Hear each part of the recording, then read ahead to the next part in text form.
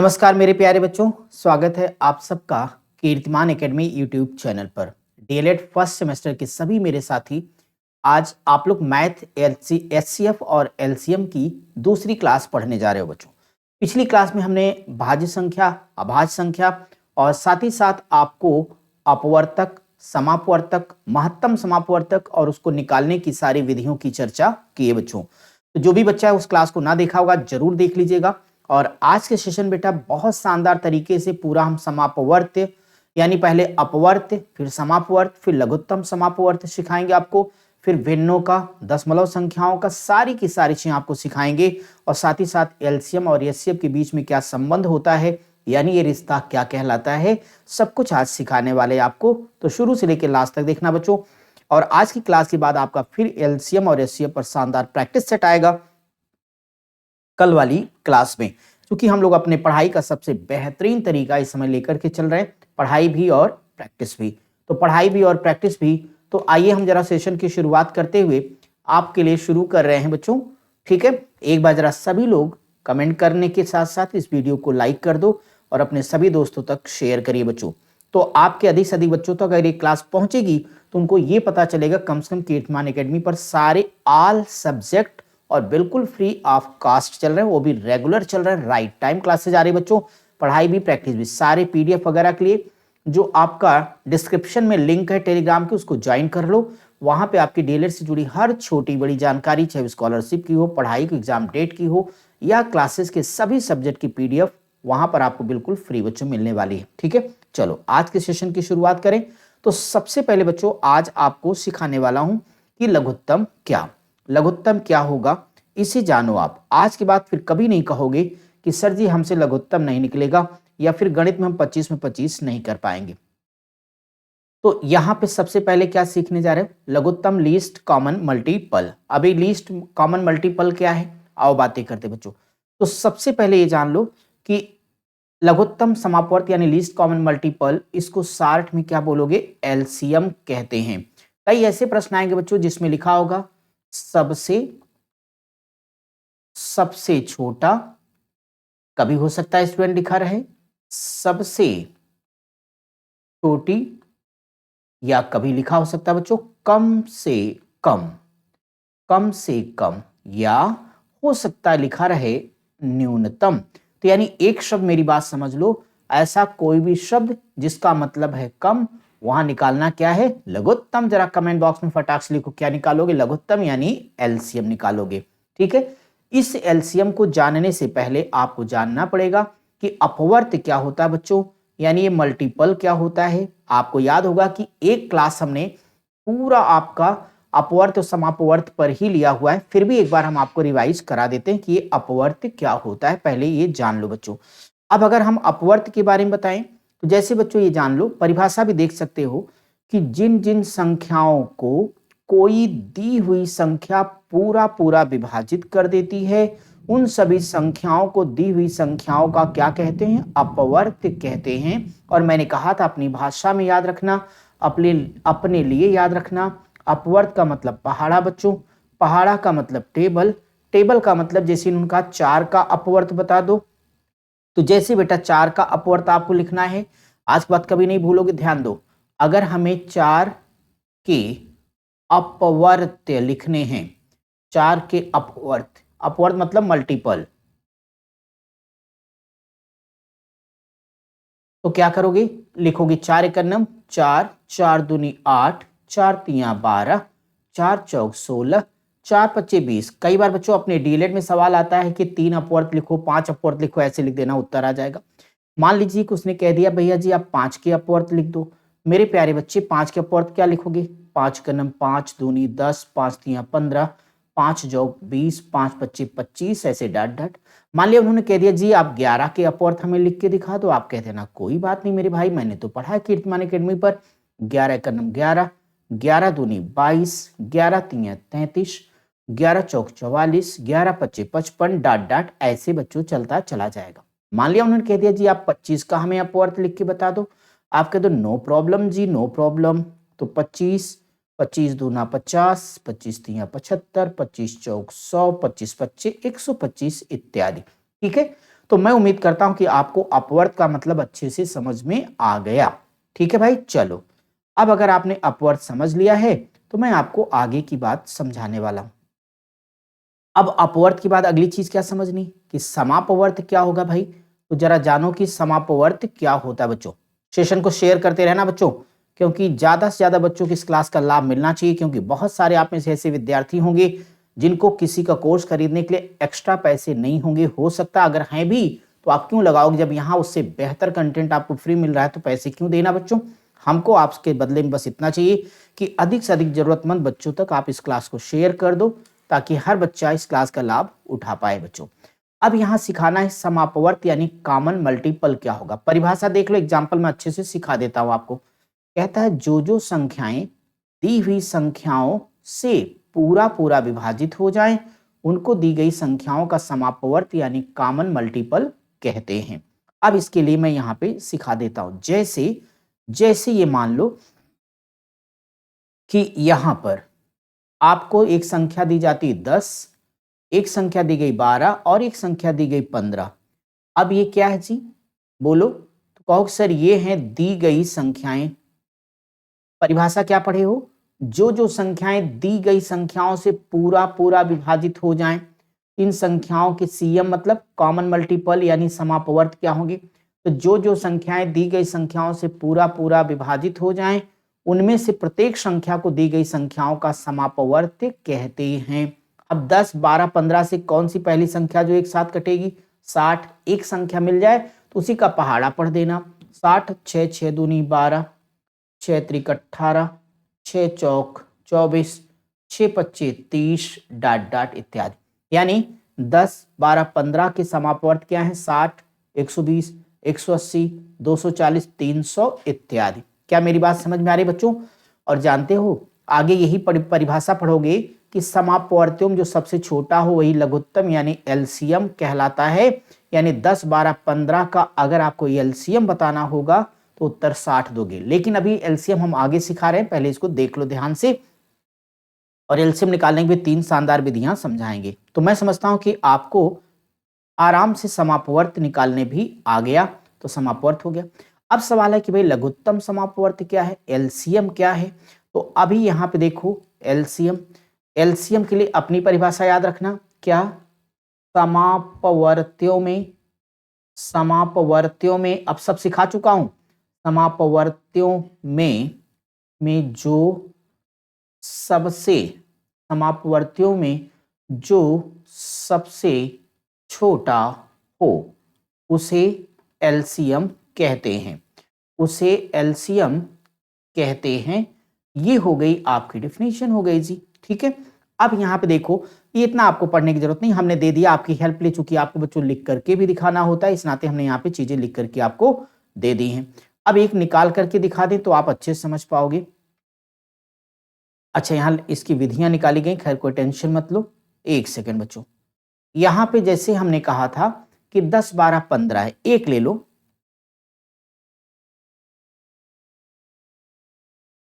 अभी जस्ट हमने सिखाया था कि भाई 10, 12 और 15 है। 10, 12, 15 के समापवर्त अभी अभी हम लोगों ने निकाला था, अभी अभी हम लोगों ने निकाला था 10, 12, 15 के समापवर्त क्या थे स्टूडेंट, 60, 120, 180, 240 इत्यादि। अब कहता है कि 10, 12, 15 के एलसीएम बताओ।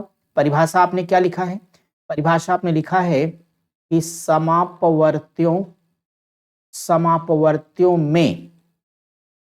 में जो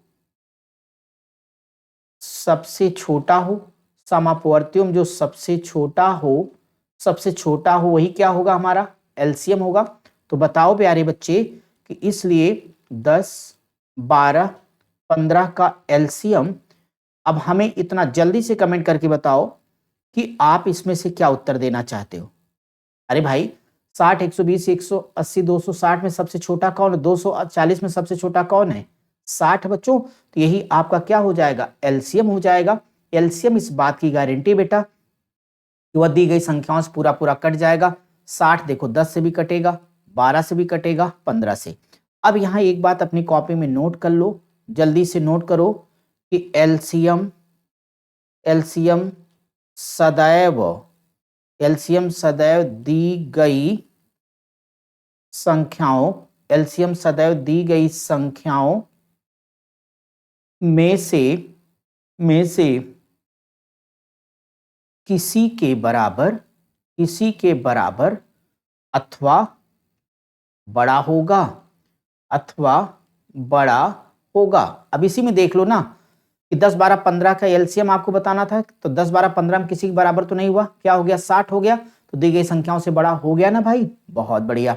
तो अब उम्मीद है कि आपने इतनी चीजें समझ ली हैं। अब आओ हम आपको ये बताने जा रहे हैं भाई कि एलसीएम निकालने की कौन कौन सी विधियां बच्चों, एलसीएम निकालने की कौन कौन सी विधियां हैं। ये पीडीएफ सिर्फ इसलिए बनाई है कि आपको कैसे उत्तर लिखना होगा आप उसे देख लेंगे, बाकी मैं सब अच्छे से आपको समझाते चल रहा हूं यहाँ पे। अब मेरे साथ समझो कि मेथड ऑफ एलसीएम, एलसीएम निकालने की विधियां, एलसीएम निकालने की 3 विधियां मैं आपको सिखाऊंगा। हालांकि आपकी परीक्षा में आपके सिलेबस में 2 ही विधियां हैं, एक तो आपकी है गुणनखंड विधि यानी फैक्टराइजेशन मेथड, क्या है अभी मैं सभी पर सवाल कराने जा रहा हूं। दूसरी स्टूडेंट है डिवीजन मेथड यानी भाग विधि, दूसरी भाग विधि है। तीसरी एक शानदार तरीका सिखाने जा रहा हूं, वो है एचसीएफ, वो है एचसीएफ और भाग की संयुक्त विधि। बहुत इंटरेस्टिंग हो गई ये, क्या होगी अभी आगे सिखा रहा हूं। ये 3 विधियां हैं। सबसे पहले आओ आपको ये बता दूं कि भाई गुणनखंड विधि होती क्या है, गुणनखंड विधि क्या होगी, फैक्टराइजेशन मेथड क्या होगा।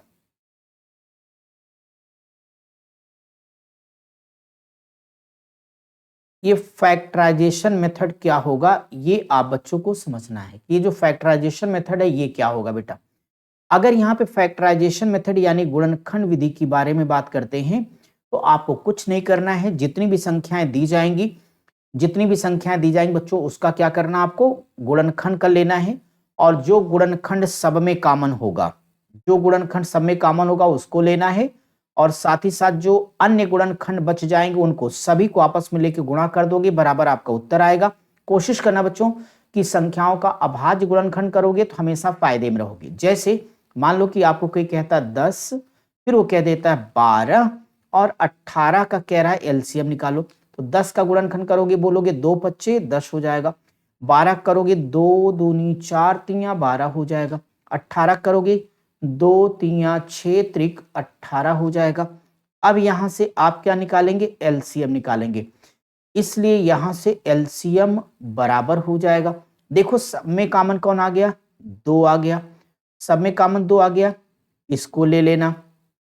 अब कोई कॉमन नहीं लिख रहा बच्चों, तो अब आप यहाँ पे इस तरीके, अच्छा एक बात और मैं बता दूं, इससे भी ज्यादा आसानी से आप समझ पाओगे, रुक जाओ, और इजिली कैसे लोगे, रुक जाओ, मेथड देख लो भाई। यहां पे क्या करोगे, 2 पच्चे 10, 2 दूनी 4 और तिया 12, 2 तिया 6 त्रिक 18।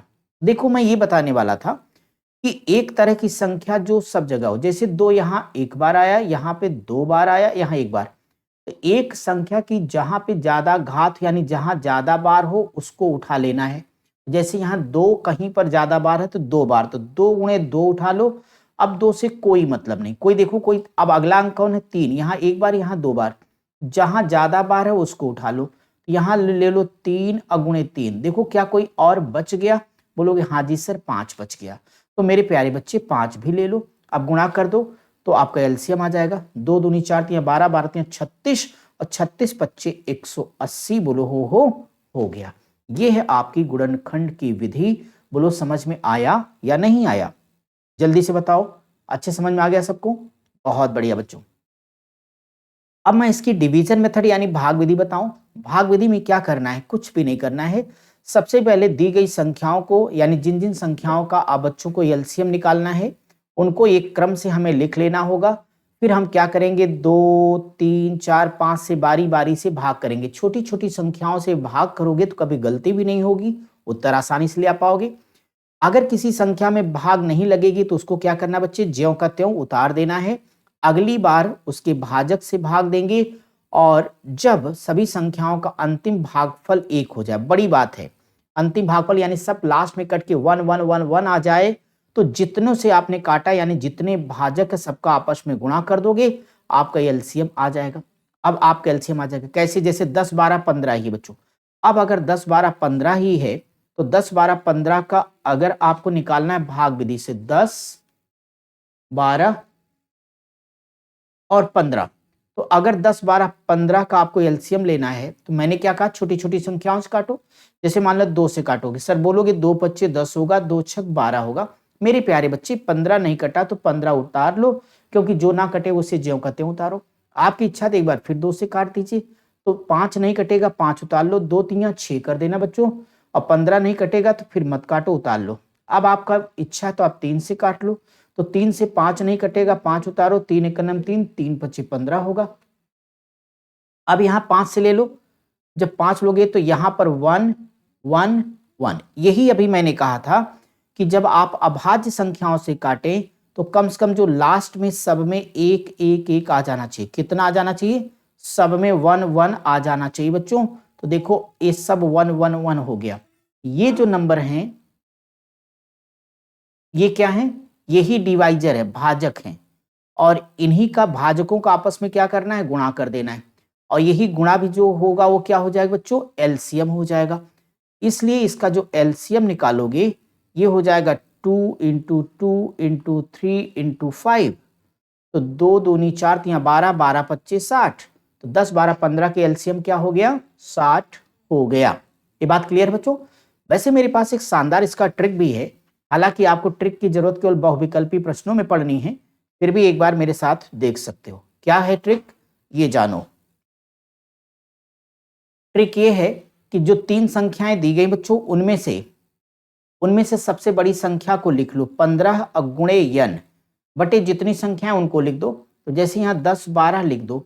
अब बच्चों 15 का पहाड़ा इतनी बार पढ़ दो कि वो क्या हो, वो 10 12 से कट जाए। तो 15 का नम 15 अगर लिख दोगे, n का मान 1, अरे 15 का नम 15 करोगे तो 15 10 12 से नहीं कटेगा, 2 बार लेके जाओगे तो 15 दूनी 30, 10 से कटेगा, 12 से नहीं कटेगा, 3 बार ले जाओगे, 15 दिया 45, किसी को नहीं कटेगा बच्चों, 4 से। सोच लो, पहाड़ा सब सिखाया हूं ना, 15 चौक 60, ये लो हो गया, कुछ करना नहीं है। अगर बहुविकल्पी प्रश्न रहेगा तो आप लोग इस ट्रिक का प्रयोग कर लेना। ये सब चीजें अगर करनी बच्चों तो आपका इसी चैनल पर सारी हमने बहुत डिटेल में एलसीएम एचसीएफ पढ़ा रखी है। सारथी बैच के नाम से जाके देखोगे, प्लेलिस्ट बनी, वहां से सब कुछ बहुत डिटेल में कर पाओगे। हालांकि आपकी डीएलएड का इतना पर्याप्त है, क्योंकि आपको हल करके भी दिखाना है तो इतना ही कर लो बच्चों, है ना। चलो भाई, तो आपने यहां तक सीख लिया, भाग विधि भी आपने कर लिया है, और ये अब आगे।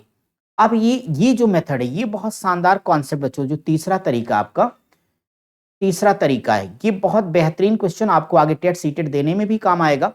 इसमें हमने कहा कि कई बार ऐसा होता है कि जब नंबर बहुत बड़े होते हैं, आपको लगता है मैं कैसे भाग करूं। अपने डीएलएड में नहीं बच्चों, आगे टेट सीटेट दोगे तो, सुपर टेट दोगे तो काम आएगा। जब संख्याएं बड़ी बड़ी होंगी तो उनका गुणनखंड आसानी से नहीं कर मिलता। उस परिस्थिति में इस विधि का प्रयोग करोगे तो सदा सुखी रहोगे। इस विधि में करना क्या है, भाग विधि से पहली किसी दो संख्याओं का एचसीएफ निकाल लेना है। इसके बाद पहली संख्या गुणे दूसरी संख्या बराबर महत्तम गुणे लघुत्तम का प्रयोग करके उत्तर निकालना है। यानी आप करोगे first number into second number, अभी आगे से सिद्ध करेंगे, और बराबर क्या हो जाएगा, एचसीएफ और गुणे एलसीएम। तो उस बड़ी संख्या का एलसीएम भी आसानी से इस फार्मूले के माध्यम से आप लोग निकाल ले जाओगे। अब देखो, जैसे इन्होंने कह दिया कि आप हमें 712 और 1192 का एलसीएम निकाल के बता दो। अब अगर इसका एलसीएम निकालेंगे तो कैसे निकालेंगे वो आप समझ लो। किसका निकालोगे, 792 792 और 1152 1152, यही है ना बच्चों, 792 1152 का एलसीएम निकालना है। कैसे निकालोगे, मेरी बात सुनो।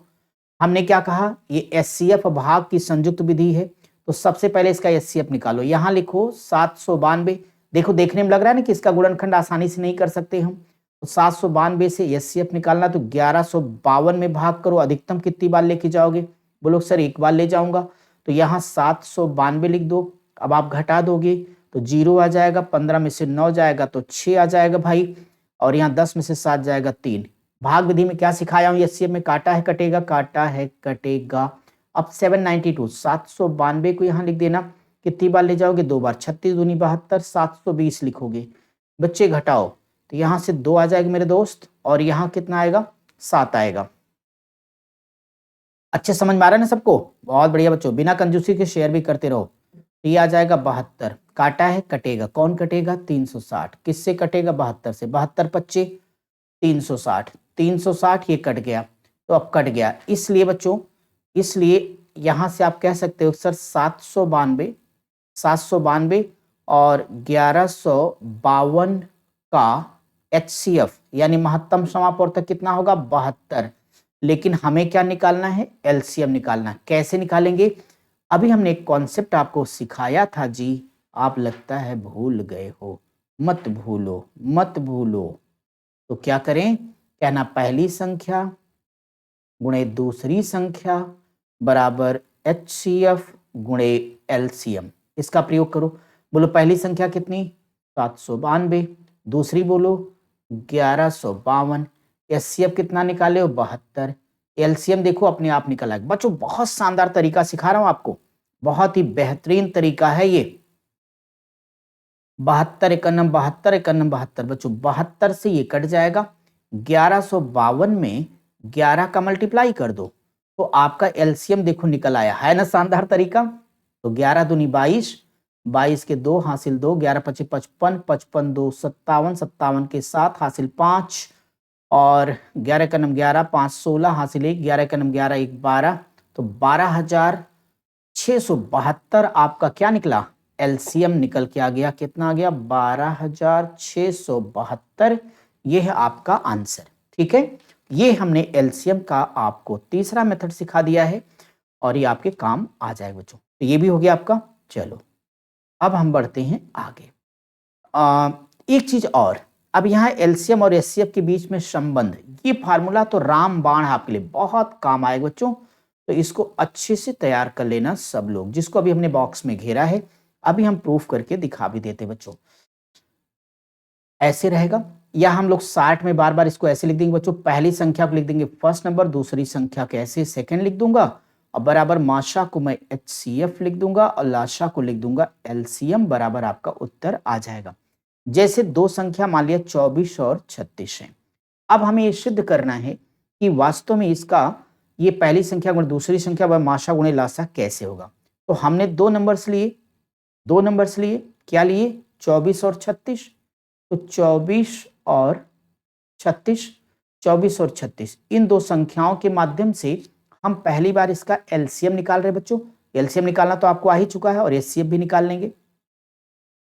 तो देखो अब हमें प्रूफ क्या करना है, हमें ये प्रूफ करना है कि पहली संख्या गुणे दूसरी संख्या बराबर एचसीएफ गुणे एलसीएम, ये कैसे होगा ये बताओ सर। तो हम बच्चों इसको सिद्ध करके आपको दिखा रहे हैं कि अगर मेरे प्यारे बच्चे जो बायां पक्ष दाहिने पक्ष के बराबर हो जाएगा तो हम सही है, नहीं तो गलत है। सही होंगे कैसे, देखो चलो 24 और 36 का एलसीएम मैं डायरेक्ट लिख दूं, इतना तो अब सबको आ ही गया है।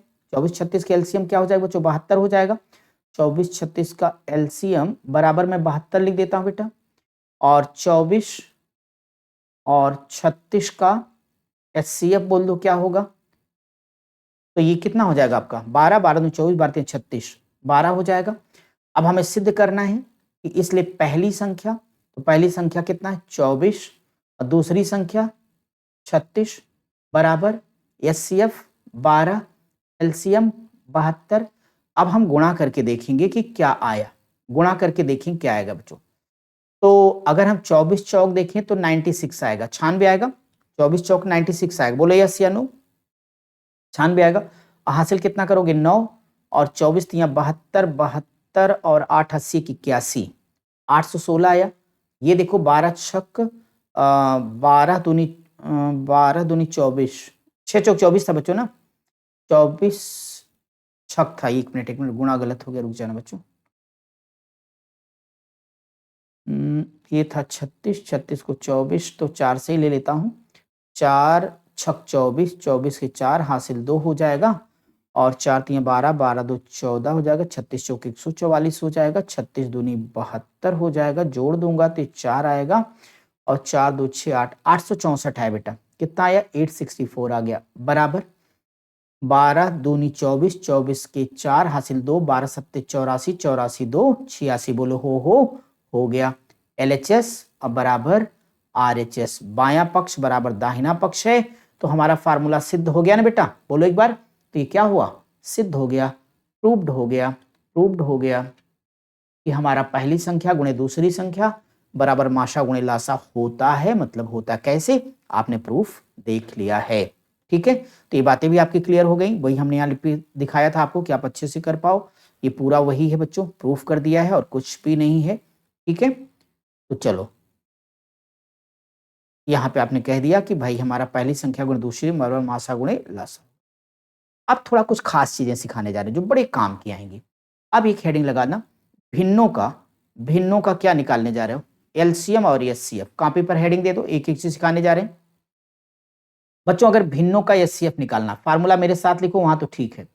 अगर कहेगा भिन्नों का एचसीएफ यानी मासा बता दो, तो फार्मूला लिखना अंशों का माशा यानी एचसीएफ बटे हरों का लाशा यानी एलसीएम, बटे हरों का एलसीएम बराबर तुरंत आंसर। अब जैसे बच्चों ये नंबर दे दिया, इसका हमें क्या बताना है? एचसीएफ बताना है। तो 2 3 4 का एचसीएफ निकालो बटे 5 8 9 का एलसीएम निकाल दो, बराबर उत्तर आएगा। बच्चों बताओ 2 3 4 का अगर कहूं एलसीएम तो सारे दहाड़ के बोल एचसीएफ बोलें तो कहो बेटा 1 आएगा, तो बेटा यहाँ पे 1 हो जाएगा। 5 8 40 और 4 9 36, तो 1/360 यही आपका उत्तर है। यानी 2/5 3/8 4/9 का एचसीएफ कितना आएगा? 1/360 आएगा और ये आपका आंसर है। तो आप लोग अपने इस फार्मूले को अच्छे से तैयार रखिएगा, ठीक है। चलो अब अगर बच्चों भिन्नों का एलसीएम निकालना पड़ा तब, तो भिन्नों के एलसीएम के लिए फिर वही काम करो, आप लोग मेरे साथ समझ लो। यहां लिखो भिन्नों का एलसीएम बराबर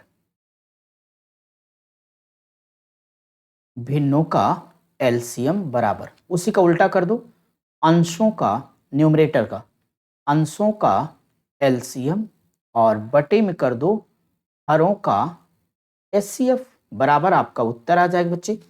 अब ये नंबर मान लो, तो आप इसका एलसीएम कैसे निकालोगे? 2 3 4, 2 3 4 का क्या निकालोगे? एलसीएम और 5 8 9 का एचसीएफ। देखो अब एचसीएफ हम पहले सिखा चुके हैं, तो आज कह नहीं सकते हमने नहीं सीखा सर। डायरेक्ट आपको पीछे सारे पहले एचसीएफ सिखाया, फिर एलसीएम सारा सिखाया। अभी उस पर स्पेशल सवाल हैं जो कहीं टेट सीटेट के साथ साथ अगर डीएलएड में आ गया तो आप दहाड़ के करोगे। नॉर्मल लोग ना पढ़ रहे हैं बच्चों, ना पढ़ा रहे हैं, ठीक है। तो ऐसी स्थिति में आप लोग सबसे बेस्ट कर रहे हो, तो बेस्ट उत्तर भी ले आना। 2 3 4 के एलसीएम बोलो, 12 आएगा। 5 8 9 का एचसीएफ 1 आएगा, 12/1 बराबर 12। तो आपका उत्तर क्या आया? 12 आ जाएगा और यही आपके इस प्रश्न का आंसर भी होगा। कोई प्रॉब्लम किसी को? चलो भिन्नों का भी सीख लिया। अब आपको एक और खास चीज सिखाने जा रहे हैं, दशमलव संख्याओं का एचसीएफ और एलसीएम कैसे निकालोगे ये देख लो। एक बार पढ़ के सुना देता हूं। दशमलव संख्याओं का एचसीएफ और अगर एलसीएम आपको निकालना होगा तो सबसे पहले आपको जो भी दी गई संख्याएं हैं उनमें से दशमलव बिंदु को क्या करना, आपको हटा देना है और उनको सामान्य संख्या समझ करके आपको एलसीएम और एचसीएफ निकाल देना होगा बच्चों। और बाद में जितने स्थान पर वहां पे दशमलव लगा है उनको गिन करके प्राप्त एलसीएम या एचसीएफ में उतने ही स्थान पर बिंदु को, दशमलव बिंदु को लगा देना। कैसे? एक एग्जाम्पल लेके समझा देते हैं। जैसे एक क्वेश्चन ये दिया गया कि 0.148 और 0.185 का एलसीएम निकालो, फिर इसका एचसीएफ निकाल दो। चलो भाई हम यहाँ पे दोनों चीजें निकाल लेते हैं, आप इसको जरा ध्यान से समझ लीजिएगा, ठीक है। तैयार हो सब लोग? बहुत बढ़िया बच्चे।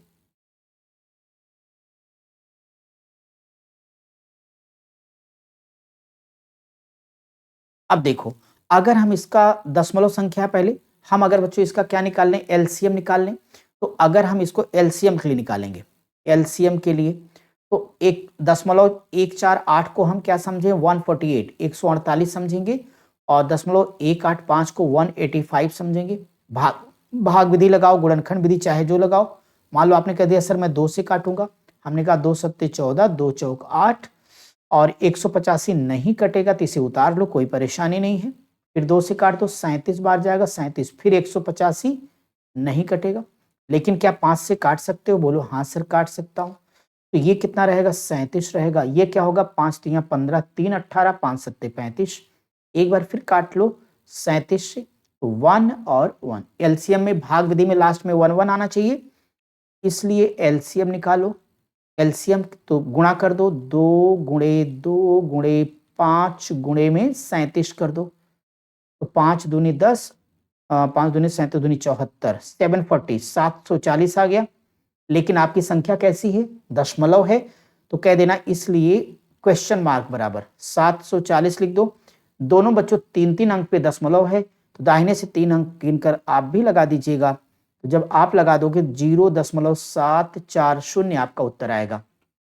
यानी आप ये कह सकते हैं कि 0.148 और 0.185 का एलसीएम क्या होगा?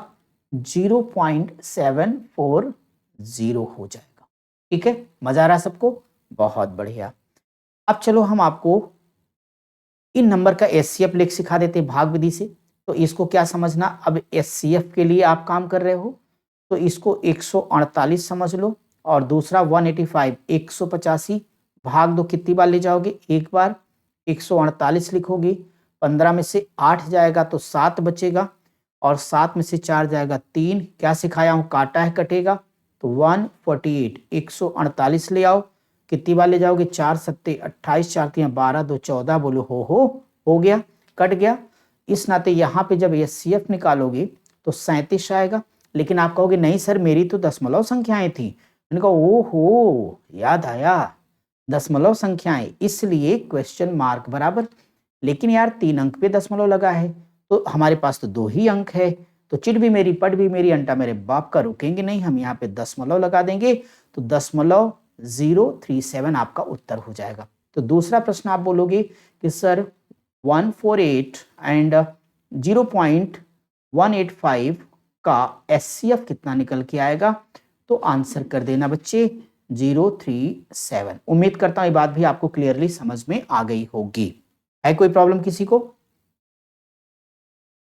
अब कुछ पॉइंट खास है, नोट है, उसको जान लो बच्चों। वो ये है, ये बहुत काम की बात है कि दो संख्याओं में से अगर एक भाज्य संख्या रहे और दूसरी अभाज्य रहेगी तो इनका जो एचसीएफ वो हमेशा 1 होगा और इनका जो एलसीएम है अगर वो भाज्य संख्या और अभाज्य संख्या तो उसका गुणनफल हो जाएगा। कैसे ये बात आप समझेंगे? ये बात समझेंगे आप मेरे साथ, देख लो कैसे। पहले यहाँ एक बात समझ लो और फिर स्टूडेंट यहाँ दूसरी बात समझ लो, तो फिर आपका हमेशा के लिए तैयार हो जाएगा। अब जैसे मान लीजिए कि एक संख्या आपको 12 दी गई है और एक संख्या आपको 13 दी गई है। मेरा हर विद्यार्थी जानता है कि 12 कैसा कंपोजिट नंबर, भाज्य संख्या बच्चे, और 13 आपकी कैसी है? अभाज्य संख्या है। कहता है इसका एचसीएफ बता दो। तो मुझे बता दो कि अगर इनका फैक्टर करोगे भी तो कैसे करोगे? 12 का बहुत करोगे तो लिखोगे सर 1 होगा, 1 होगा और गुणे 12 हो जाएगा अधिकतम। 1 गुणे 12 कर सकते हो। 13 भी करोगे तो क्या करोगे? 1 गुणे 13 करोगे, कुछ हो ही नहीं पाएगा। दोनों में कॉमन क्या है? 1 होगा। तो इस नाते इसका जो एचसीएफ आएगा क्या आएगा? 1 आएगा। मैंने क्या नोट में बताया कि अगर, यही कहा कि अगर आपको एक संख्या, नीचे वाले में कर लेते हैं, यही कहा स्टूडेंट कि अगर एक संख्या भाज्य है और दूसरी अभाज्य है, एक संख्या भाज्य दूसरी अभाज्य है तो इनका जो एचसीएफ है, इनका एचसीएफ है वो सदा सदा कितना आएगा? 1 आएगा। क्लियर बच्चों? अब इसी सेम कंडीशन में चलो एलसीएम निकालो। अगर 12 और 13 का एलसीएम निकालना है तो हमने क्या सिखाया कि भाई अगर एक संख्या आपकी भाज्य है दूसरी संख्या आपकी अभाज्य है तो उसका एलसीएम क्या होगा? इन दोनों संख्याओं के गुणनफल के बराबर हो जाएगा। राइट बच्चे? तो आप बोलोगे सर इसका जो एलसीएम होगा 12 और गुणे 13 कर दूंगा, 13 गुणे 12 156 156 आएगा। ये मेरा उत्तर हो जाएगा। ठीक है बच्चों, तो उम्मीद करता हूं कि आज का सेशन आपको पसंद जरूर आया होगा। और ये भी बात है कि आज हमने आपका क्या क्या कंप्लीट कर दिया। इस चैप्टर में आपको भाज्य संख्या पढ़ाना था, वो अच्छे से पढ़ाया पिछली क्लास में। अभाज्य संख्या का एक एक कॉन्सेप्ट सिखाया। फिर इसके बाद बच्चों हमने आपको क्या सिखाया था, अपवर्तक। क्या पढ़ाया था, अपवर्तक। फिर हमने पिछली क्लास में सिखाया था समापवर्तक। समापवर्तक ये हमने पिछली क्लास में सिखाया बच्चों। फिर हमने आज की क्लास में क्या सिखाया आपको, आज की क्लास में हमने आपको सिखाया कि देखो बच्चे अपवर्त क्या होता है। इसके बाद बच्चों इसमें अपवर्तक समापवर्तक के साथ साथ एचसीएफ महत्तम समापवर्तक सिखाया था। महत्तम समापवर्तक की सारी विधियां सिखाया था कि भाई देखो कि गुणनखंड की विधि क्या होगी, लगातार भाग विधि क्या होगी। बच्चों पूरा कॉन्सेप्ट सिखाया है। भाग विधि क्या होगी, आज क्या सिखाया, अपवर्त। फिर क्या पढ़ाया, समापवर्त। जो बच्चे शुरू से लास्ट तक होंगे बताएं यस या नो। और इसके बाद में फिर क्या सिखाया, लघुत्तम समापवर्त एलसीएम सिखाया। फिर आज की ही क्लास में भिन्नों का एलसीएम और एचसीएफ कैसे निकालोगे, भिन्नों का एलसीएम और एचसीएफ कैसे निकालोगे ये सिखाया। आज के ही सेशन में, आज की क्लास में दशमलव संख्याएं अगर आपको दी जा रही हैं तो दशमलव संख्याओं का एलसीएम कैसे निकालोगे, एचसीएफ कैसे निकालोगे ये भी बताया। साथ ही साथ बच्चों एलसीएम और एचसीएफ के बीच में संबंध, पहली संख्या गुणे दूसरी संख्या बराबर एचसीएफ गुणे एलसीएम। इसके बाद इनका संबंध, इसको सिद्ध करना, सब कुछ आपको बता दिया है। अब बारी है सिर्फ प्रैक्टिस की। तो बिना देरी के कल की प्रैक्टिस के लिए सब लोग हो जाओ तैयार। तो कल आपसे मिलेंगे प्रैक्टिस में। बच्चों शानदार तरीके से जितना पढ़ाया उस पर जबरदस्त सवालों की होगी प्रैक्टिस, बहुविकल्पी, अतिलघुत्तरी और लघुत्तरी सब कुछ। तो कल का जो सेशन होगा बच्चों 8:50 पर होगा। सारे बच्चे राइट टाइम कॉपी पेन के साथ बैठना और उससे पहले दोनों क्लासेस को अच्छे से देख लेना, तब होगा अच्छे से तैयार। और बच्चों आजकल डेली आपकी 8 बजे हिंदी की क्लास जा रही है बच्चों, संस्कृत की भी क्लासेस जा रही हैं। तो आप शेड्यूल पर उन क्लासेस को देख करके, उसमें भी यही कॉन्सेप्ट आपका चल रहा है, पहले पढ़ाई हो रही है और फिर पूजा मैम आपकी प्रैक्टिस करवा रही। पढ़िए और सब लोग आगे बढ़िए। इसी के साथ हमारी होगी मुलाकात कल। तब तक आप सब स्वस्थ रहें, मस्त रहें बच्चों। Bye bye.